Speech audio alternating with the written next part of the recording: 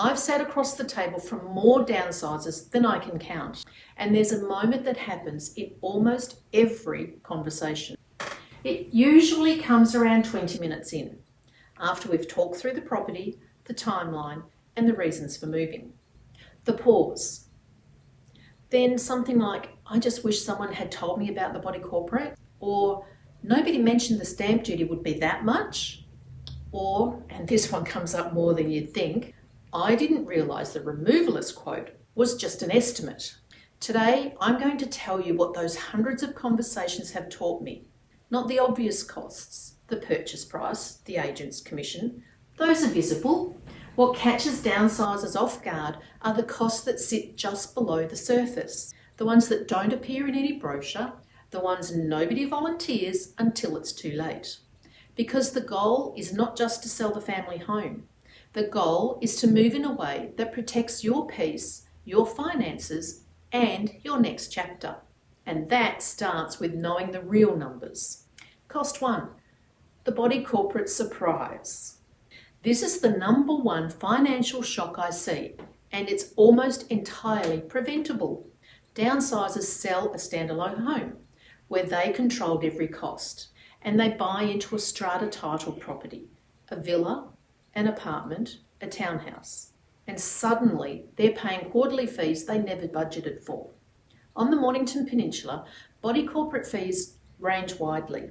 A basic villa complex might charge $800 to $1,200 a quarter. A premium apartment with lifts, pools, gardens can run significantly more, but the fees themselves are only half the story. The real shock is the special levy. A special levy is an additional charge on top of your regular fees for major works the body corporate has approved. For example, roof repairs, painting, lift replacements. You don't get a vote on whether the work happens. The committee decides, and once it's decided, you pay.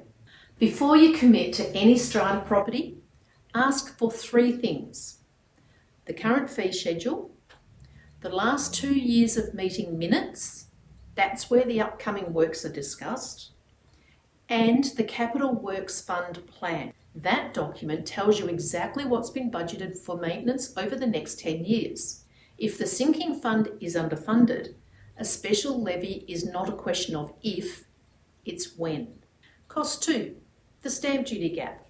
This is the one that genuinely angers people, and I understand why. In Victoria, when you sell your primary residence, you don't pay stamp duty. The buyer does. But when you purchase your downsized home, you're the buyer, and stamp duty applies. On a $900,000 Mornington Peninsula townhouse, stamp duty can exceed $40,000. That's not a small line item. That's a material cost that changes the math on your entire move. And here's where it gets complicated. Pensioner concessions exist, but they're not automatic. They depend on the property value, your circumstances, and whether the purchase is your principal place of residence. So don't assume you're eligible. Don't assume you're not. Get specific advice before you sign anything, because $40,000 is too much money to discover after the fact. Cost 3, the removalist reality. Every downsizer I work with gets removalist quotes, and almost every downsizer I work with pays more than the quote. Here's why. Removalist quotes are estimates based on what you tell them. The number of rooms, the volume of furniture, the accessibility of both properties. When the reality doesn't match the description, and it rarely does, the bill adjusts. A driveway the truck can't access, a 3rd floor apartment with a small lift, more boxes than you described, items that need dismantling and reassembling. 2 things will save you here. First, get an in-person quote, not a phone estimate. Let the removalist walk through both properties. Second, ask specifically about access charges. If your new apartment requires the truck to park off-site, or the lift needs to be booked and padded, that cost should be in the quote, not discovered on moving day. Cost 4, the bridge costs. This is the one nobody talks about, and it can be the most expensive of all. In a perfect world, You settle on your family home and your new place on the same day. In the real world, those dates rarely align. You might sell your home and the settlement gives you 30, 60 or 90 days before you need to be out. But the property you want to buy settles in 45 days. Or you find the perfect downsized home before your current home has even sold and you need to bridge finance to secure it. Bridging loans are expensive, interest rates are generally higher than the standard mortgages, and the fees can stack up quickly. Application fees, valuation fees, ongoing monthly fees. Then there's the alternative.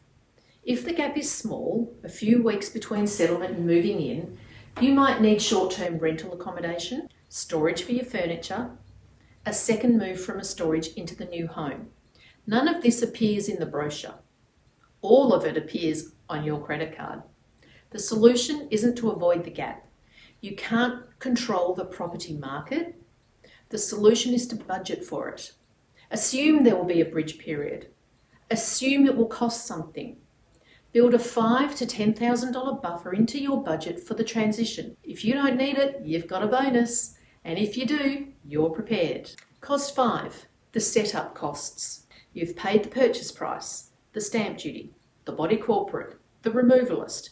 You're in the new home. You're done, right? You're not done. The new home needs things. Curtains that fit the windows. The old ones don't. Furniture scaled to smaller rooms. Possibly even new appliances. The garden needs plants that suit the coastal conditions. And the garage needs shelving because there's no shed anymore. I've watched downsizers spend $15,000, $20,000, sometimes $30,000 in the first 6 months just making the new place functional. Not luxurious, functional. This isn't a mistake. It's a reality of moving from a home you've shaped over decades into a home that's a blank canvas. But it needs to be in your budget from day one, not discovered as a series of weekend trips to Bunnings that can quietly drain your savings. None of these costs mean you shouldn't downsize. They just mean you should downsize with a plan. The downsizers who move without financial regret are the ones with the biggest budgets. They're the ones who knew what they were walking into. They asked for the body corporate minutes. They checked their stamp duty position. They got in-person removalist quotes. They budgeted for the bridge and they allowed for the setup.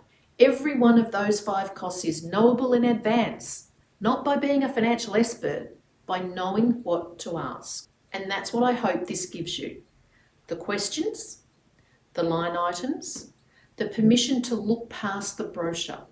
If you're thinking about downsizing on the Mornington Peninsula, comment checklist below and I'll send you our downsizing guide. It includes the full cost worksheet I use with every client. Every line item, nothing hidden, built from hundreds of real moves. And if you've already made the move, if you've learned one of these lessons the hard way, share it in the comments. Someone reading this right now is about to sign a contract, and your story might save them thousands.